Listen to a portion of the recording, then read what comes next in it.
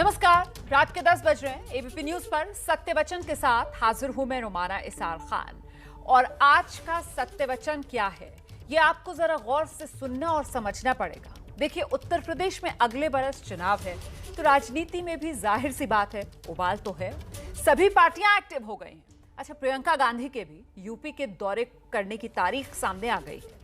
यानी एक तरीके से आप कह सकते हैं कि जिन पार्टियों की उत्तर प्रदेश की राजनीति में पूरी धाक है, और वो भी जिनकी यूपी की राजनीति में कोई साख नहीं है, सभी इस वक्त एक्टिव नजर आ रहे हैं। लेकिन साख से सियासत करने ना करने का लेना देना क्या है? सियासत तो उम्मीदों पर चलती है। इसी उम्मीद में नेता हर बात, हर मुद्दे पर बोलना शुरू कर देते हैं, और कभी कभी मुद्दा चुनने या समझने में गलती भी कर बैठते हैं। ऐसी ही गलती अखिलेश यादव से हो गई, और फिर उसी लाइन पर दूसरी पार्टियां भी चलती हुई नजर आई। लेकिन माना लोकतंत्र में राजनीति जरूरी चीज है, पर लोकतंत्र यह नहीं कहता कि देश के खिलाफ वाले मामलों पर भी राजनीति की जाए। अखिलेश हो या बीएसपी या कांग्रेस के नेता, सब ने लखनऊ में आतंक के खिलाफ हुई कार्रवाई पर राजनीतिक बयानबाजी की। लिहाजा आज देश की सुरक्षा से खिलवाड़ करने वाले सियासतबाजों का सत्य वचन दिखाएंगे आपको।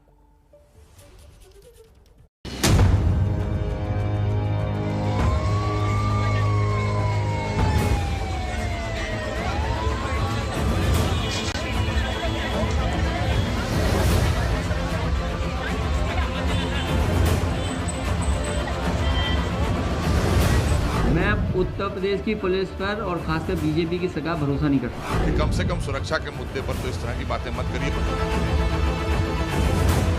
ये एटीएस के लिए बहुत ही महत्वपूर्ण केस है और बहुत अच्छी सफलता है, और अभी इस पे बहुत काम करना बाकी है। बताइए, यूपी की राजधानी में अलकायदा पहुंचा था, लेकिन उसके आतंकी अपने साजिश को अंजाम तक पहुंचाने से पहले पकड़ लिए। इस पर सुरक्षा एजेंसियों की तारीफ होनी चाहिए, पीठ थपथपानी चाहिए, पर हो रही है राजनीति।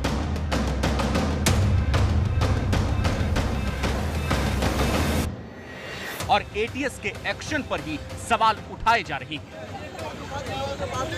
मैं उत्तर प्रदेश की पुलिस पर और खासकर बीजेपी की सरकार भरोसा नहीं करती। सत्य वचन तो यही है कि यह सियासत नहीं, देश की सुरक्षा के साथ खिलवाड़ की कोशिश है, और ये नतीजा है चुनावी पॉलिटिक्स का। चुनाव सामने है तो आतंकियों की गिरफ्तारी को भी चुनावी नफे नुकसान से जोड़ा जा रहा है। लखनऊ में एटीएस ने बड़े आतंकी साजिश को नाकाम किया। सरकार पुलिस की हौसला अफजाई कर रही है, लेकिन समाजवादी पार्टी के मुखिया अखिलेश यादव को यूपी में पुलिस की भूमिका पर भरोसा नहीं है। देखिए, बहुत बड़ी साजिश का एक हिस्सा था जिसको नाकाम किया है हमारे उत्तर प्रदेश की एटीएस ने। हम एटीएस को अपनी बधाई देते हैं। यही उत्तर प्रदेश में आदरणीय योगी सरकार का इकबाल है, हमारी पुलिस प्रशासन का इकबाल है, क्योंकि जिस तरह से आप देख रहे थे, उन्होंने तमाम चीज़ें जो आज आप लोगों के जरिए निकल कर बाहर आई हैं, जो हमने अखबारों में पढ़ा है, जो हमारी एटीएस और एडीजी लॉ एंड ऑर्डर की जो प्रेस कॉन्फ्रेंस में निकल कर आई हैं, उससे ही साफ लगता है कि बहुत बड़ी साजिश को नाकाम किया है हमारी पुलिस ने। वो बधाई की पात्र है। मैं उत्तर प्रदेश की पुलिस पर और खासकर बीजेपी की सरकार भरोसा नहीं कर सकता। सवाल है कि अखिलेश के बयान का मतलब क्या है? क्या वो ये कहना चाहते हैं कि आतंक पर एक्शन का कोई चुनावी कनेक्शन है? इतिहास गवाह रहा है कि इस देश में नेताओं ने लोकतंत्र का मतलब जन सेवा से ज्यादा राजनीति करना ही समझा है। लेकिन ये बात भी पक्की है कि जब जब देश पर आतंक का खतरा मंडराया या देश पर बाहरी संकट आया, तब तब हर राजनीतिक पार्टी ने राजनीति छोड़ देश को सबसे ऊपर रखा। जाहिर है, अखिलेश ने चुनावी मौसम में राजनीतिक बयान दिया है, और बदले में राजनीतिक पलटवार भी हुआ। बीजेपी नेता अमित मालवीय ने ट्विटर पर लिखा, अखिलेश यादव को पहले वैक्सीन पर शक था, अब कह रहे हैं कि आतंकियों के खिलाफ यूपी पुलिस की कार्रवाई पर भरोसा नहीं कर सकते। जब इन्हें किसी पर विश्वास ही नहीं है, न प्रदेश की जनता पर, न प्रशासन पर, तो मुख्यमंत्री क्यों बनना चाह रहे हैं? घर बैठे। अलकायदा आतंकी की खबर से थोड़ा इतर एक बार अखिलेश के उस बयान को देखिए, जिसके दम पर बीजेपी नेता ने अखिलेश की सोच की गंभीरता पर सवाल खड़े किए। मैं तो नहीं लगवाऊंगा अभी वैक्सीन। मैंने अपनी बात कह दी, और वो भी बीजेपी लगाएगी, उसका भरोसा करूंगा मैं? अरे जाओ भाई, अरे अपनी सरकार आएगी, सबको फ्री वैक्सीन लगेगी, हम बीजेपी का वैक्सीन नहीं लगवा सकते। मैंने पहले भी कहा और आज मैं जन्मदिन के दिन भी कह रहा हूँ, उत्तर प्रदेश की जनता को वैक्सीन लगवा दें, और जब आखिरी वैक्सीन बचे तो मैं उनके लिए तैयार हूँ कि हमारे भी लगा दें। और अगर ये नहीं लगा सकते तो आने वाले समाजवादी की सरकार आने वाली है, हर गरीब किसान नौजवान को वैक्सीन लगेगी और आखिरी में हम भी लगवा लेंगे। यूपी ही नहीं, देश के ज्यादातर राज्यों में सत्ता के हिसाब से पुलिस के काम करने के तरीके और उसकी भूमिका पर सवाल उठते रहे हैं, लेकिन आतंक पर कार्रवाई इन सब से ऊपर है, ये बात याद रखनी होगी। अखिलेश यादव को भी ये याद होगा कि कैसे उनके राज में भी आतंक के खिलाफ इसी यूपी पुलिस ने एक्शन लिया था। शुरुआत लखनऊ के इसी काकोरी से, जहां रविवार को आतंकी पकड़े गए। 2017 को लखनऊ के काकोरी में यूपी एटीएस ने कई घंटे तक ऑपरेशन चलाया, खुरासान मॉड्यूल के आतंकी सैफुल्ला को मार गिराया। 23 अगस्त 2016 को यूपी एटीएस ने लखनऊ से आईएसआई एजेंट जमालुद्दीन को गिरफ्तार किया। 27 नवंबर 2015 को यूपी एसटीएफ ने आईएसआई एजेंट मोहम्मद कलाम को मेरठ स्टेशन के बाहर से गिरफ्तार किया। और ये कार्रवाई हर सरकार में होती रही है, लेकिन चुनाव नजदीक है तो सरकार को घेरने के लिए आतंकियों के खिलाफ एक्शन पर भी राजनीति करने वालों में सिर्फ अखिलेश ही नहीं, इस फहरिस्त में मायावती और कांग्रेस भी शामिल है। मायावती ने तो साफ साफ सवाल कर दिया कि ऐसी कार्रवाई चुनाव से पहले ही क्यों होती है। यूपी विधानसभा चुनाव के करीब आने पर ही इस प्रकार की कार्रवाई लोगों के मन में संदेह पैदा करती है। अगर इस कार्रवाई के पीछे सच्चाई है तो पुलिस इतने दिनों तक क्यों बेखबर रही? ये वो सवाल हैं जो लोग पूछ रहे हैं। इसलिए सरकार ऐसी कोई कार्रवाई ना करे जिससे जनता में बेचैनी और बढ़े। तो कांग्रेस के एक नेता ने भी करीब करीब यही बयान दिया है। जब तक उत्तर प्रदेश का चुनाव होगा, टेररिस्ट पकड़े जाते रहेंगे। पहले भी जब चुनाव हुआ था टेररिस्ट पकड़े गए थे, बीच में टेररिस्ट की गतिविधियां खत्म हो गई थी, लेकिन जब जब चुनाव आता है इस तरीके के वाकयात होते हैं। ये क्यों होते हैं, इस सवाल का जवाब योगी आदित्यनाथ और बीजेपी के नेता ही दे सकते हैं। अब राजनीति के ऐसे स्तर पर पहुंचने के बाद बीजेपी जैसी पार्टी भी आक्रामक नहीं, मनुहार की मुद्रा में दिख रही है। मैं बस यही कहना चाहूंगा विपक्ष के लोगों से कि कम से कम सुरक्षा के मुद्दे पर तो इस तरह की बातें मत करिए, और अपनी खास करके जो पुलिस हमारी एजेंसियां हैं, सुरक्षा एजेंसियां, इन पर सवाल मत उठाइए, इनका मनोबल मत तोड़िए। ये आपकी सरकार नहीं है, ये योगी सरकार है, इसलिए इनका मनोबल भी हम बढ़ाते हैं और इन पर हम विश्वास भी करते हैं। उसी का परिणाम है कि जो इतनी बड़ी साजिश को नाकाम किया एटीएस ने हमारी। राजनीति से अलग अब बात आतंक के उस प्लान की जिसे अंजाम तक पहुंचने से पहले नाकाम कर दिया गया। आतंकियों की प्लानिंग कई शहरों में धार्मिक स्थलों पर फिदाइन हमले की थी। धमाका करने के लिए कुकर बम का इस्तेमाल किया जाना था, जिसे रविवार को एटीएस ने आतंकी के घर से बरामद कर दिया।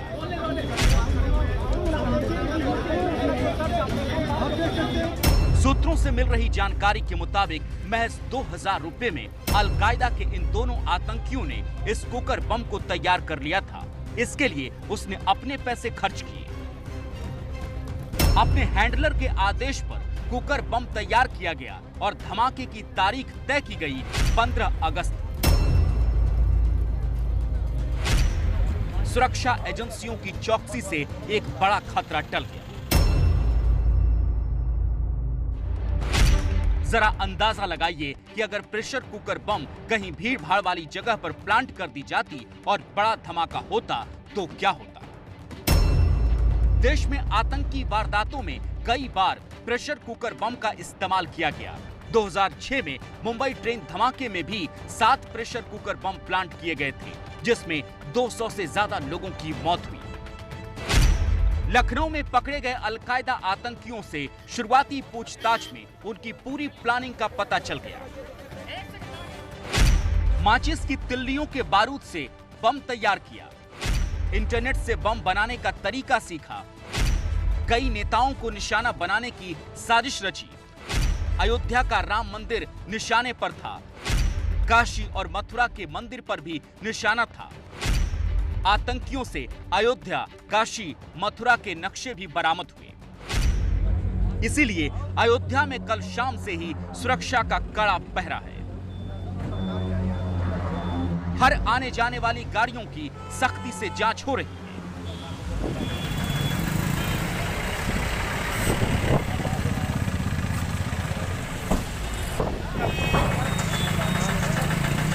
सुरक्षा बलों की मुस्तैदी अयोध्या, काशी और मथुरा में ही नहीं, कानपुर तक है, क्योंकि एटीएस की पूछताछ में आतंकी मिन्हाज और मसीरुद्दीन ने कानपुर के कुछ लोगों के भी नाम कबूले हैं जिनसे वो संपर्क में था।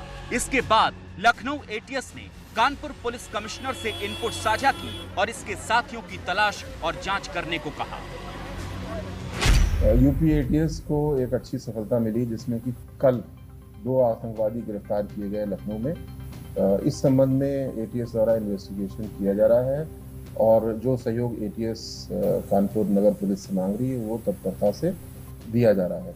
लेकिन साथ ही साथ कानपुर नगर के सभी सार्वजनिक स्थान, रेलवे स्टेशन, बस स्टेशन आदि और सड़क पे भी सजगता बरती जा रही है। निरंतर चेकिंग अभियान चलाया जा रहा है, जिससे कि कहीं भी कोई दुर्भाग्यपूर्ण घटना न हो। अलकायदा के दोनों संदिग्ध आतंकियों को भारी सुरक्षा इंतजाम के साथ स्पेशल एटीएस कोर्ट में पेश किया गया। कोर्ट ने मिन्हाज और मसीरुद्दीन को 14 दिनों की पुलिस रिमांड में भेजा है।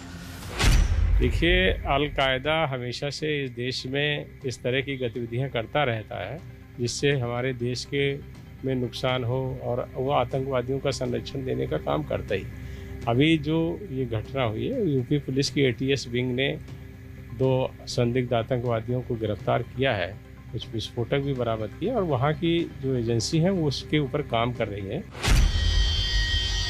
यूपी एटीएस की कामयाबी को केंद्र सरकार भी सराह रही है और यूपी में मौजूद आतंकी चुनौतियों से निपटने के लिए योगी सरकार ने एटीएस को और मजबूत करने का आदेश भी सुना दिया है। माननीय मुख्यमंत्री जी ने गृह विभाग को ये निर्देश दिए कि एटीएस को और मजबूत करें, मैन पावर भी दें, इक्विपमेंट भी दें।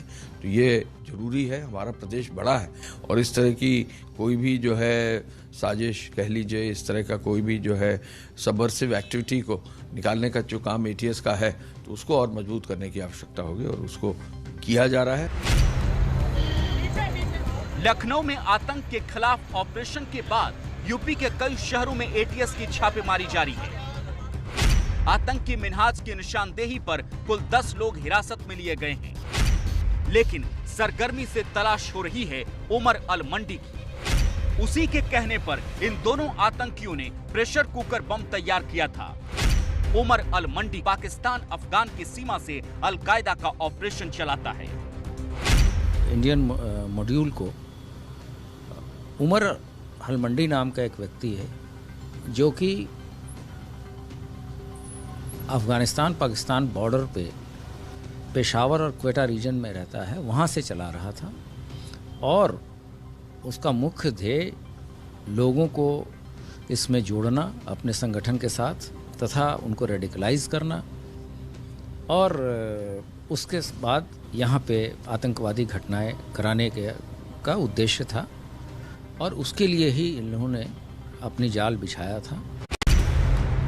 सूत्रों के मुताबिक उमर अल मंडी यूपी के संभल का रहने वाला है। उसका असली नाम सैयद अख्तर है। वो दिल्ली पुलिस के स्पेशल सेल का भी वांटेड है। अब उसके गुर्गे की गिरफ्तारी के बाद खबर है कि दिल्ली पुलिस स्पेशल सेल की एक टीम भी अगले 2 दिनों में लखनऊ पहुंचने वाली है। पकड़े गए अलकायदा के आतंकियों से पूछताछ होगी। पूरे भारतीय उपमहाद्वीप में अलकायदा का चीफ है उमर अल मंडी उर्फ सैयद अख्तर। यूपी के संभल में रह रहे उसके भाई नसीम अख्तर से हमारे संवाददाता उबैदुर रहमान ने बातचीत की। अलकायदा के कमांडर आतंकी की कहानी उसके भाई की जुबानी सुनिए। भाई हमारा जो है 98 से संभल से गायब है और उसके बाद से उससे न हमसे कोई संपर्क करा न हमने उससे कोई संपर्क करा। और हमें भी एजेंसियों के थ्रू ही पता चला कि आपका भाई गलत गतिविधियों में, आतंकवादी गतिविधियों में है। वो उमर अल मंडी ही है जिसके कहने पर मिनहाज इंटरनेट पर अल-कायदा के अंसार गजवातुल हिंद ग्रुप से जुड़ा। मिनहाज की ई रिक्शा में लगने वाली बैटरी की दुकान है। उसके आतंकी गतिविधियों में शामिल होने की खबर पड़ोसियों तक को नहीं। मिनहाज को लेकर उसके रिश्तेदार भी बात करने से कतराते हैं। मिनहाज के बारे में बताइए, किस तरह का शख्स था? कुछ नहीं भाई था, क्या क्यों पुलिस ले गई? कल आतंकवादी बताया। उन्हीं लोग जाने। अब ये हम लोग को पता थोड़ी ना था कि तो ठीक बगल के मकान में रहते हैं ना। आप पुलिस से पूछ लीजिए फिर। आप भी तो बोलिए, पुलिस ने तो बता दिया कि वो आतंकवादी इन्वेस्टिगेट कर तो रही है। नहीं, पुलिस कह रही है आतंकवादी, आप क्या कहेंगे? भाई हमको आतंकवादी पुलिस ने कहा तो वही है भाई। तो विस्तार से आपने पूरी खबर देखी। अब सत्यवचन समझिए कि सत्यवचन यही है। दरअसल चुनाव का सवाल है, इसी वजह से आतंक पर बवाल है। लेकिन समझना इस बात को होगा कि इस सब से देश की सुरक्षा से खिलवाड़ है। और अब इस वक्त की बड़ी खबर जानिए आप। महाराष्ट्र के गृह मंत्री रह चुके अनिल देशमुख पर शिकंजा कसता जा रहा है। मनी लॉन्ड्रिंग मामले में ईडी ने अब तक जो जानकारी जुटाई है उसके मुताबिक 5 करोड़ रुपए के लेन देन के तो सबूत मिल चुके हैं। सूत्रों के मुताबिक इन 5 करोड़ में से 4 करोड़ 20 लाख रुपए अनिल देशमुख के पास पहुंचने की बात सामने आ रही है। गिरफ्तार पुलिस अधिकारी सचिन वाजे ने ईडी को बताया कि वो पैसे अनिल देशमुख के लिए जमा करता था। इतना ही नहीं, बार मालिकों और सचिन वाजे के पहले के बयान में जिसे एक नंबर का जिक्र हुआ था, वाजे ने ईडी को बताया एक नंबर ये परमबीर सिंह के लिए नहीं बल्कि अनिल देशमुख के लिए था। सूत्रों के मुताबिक परमबीर सिंह तक पैसों की ट्रेल का कोई सबूत अभी नहीं मिला है और शिकंजा कसता जा रहा है अनिल देशमुख पर। और साथ ही एक और बड़ी खबर जानिए आप। दिल्ली में मौसम विभाग की भविष्यवाणी फेल हो गई है। मॉनसून आने की भविष्यवाणी की थी मौसम विभाग ने। पिछले 3 दिन से मौसम विभाग लगातार रोज मॉनसून आने की भविष्यवाणी कर रहा था, लेकिन अब भी बारिश के कोई लक्षण दिल्ली में नजर नहीं आ रहे हैं। मौसम विभाग ने भी मान लिया है कि जो भविष्यवाणी की गई उसकी गणना में विफलता दुर्लभ और असामान्य है। मतलब ये कि मौसम विभाग समझ नहीं पा रहा कि आखिरकार हो क्या रहा है।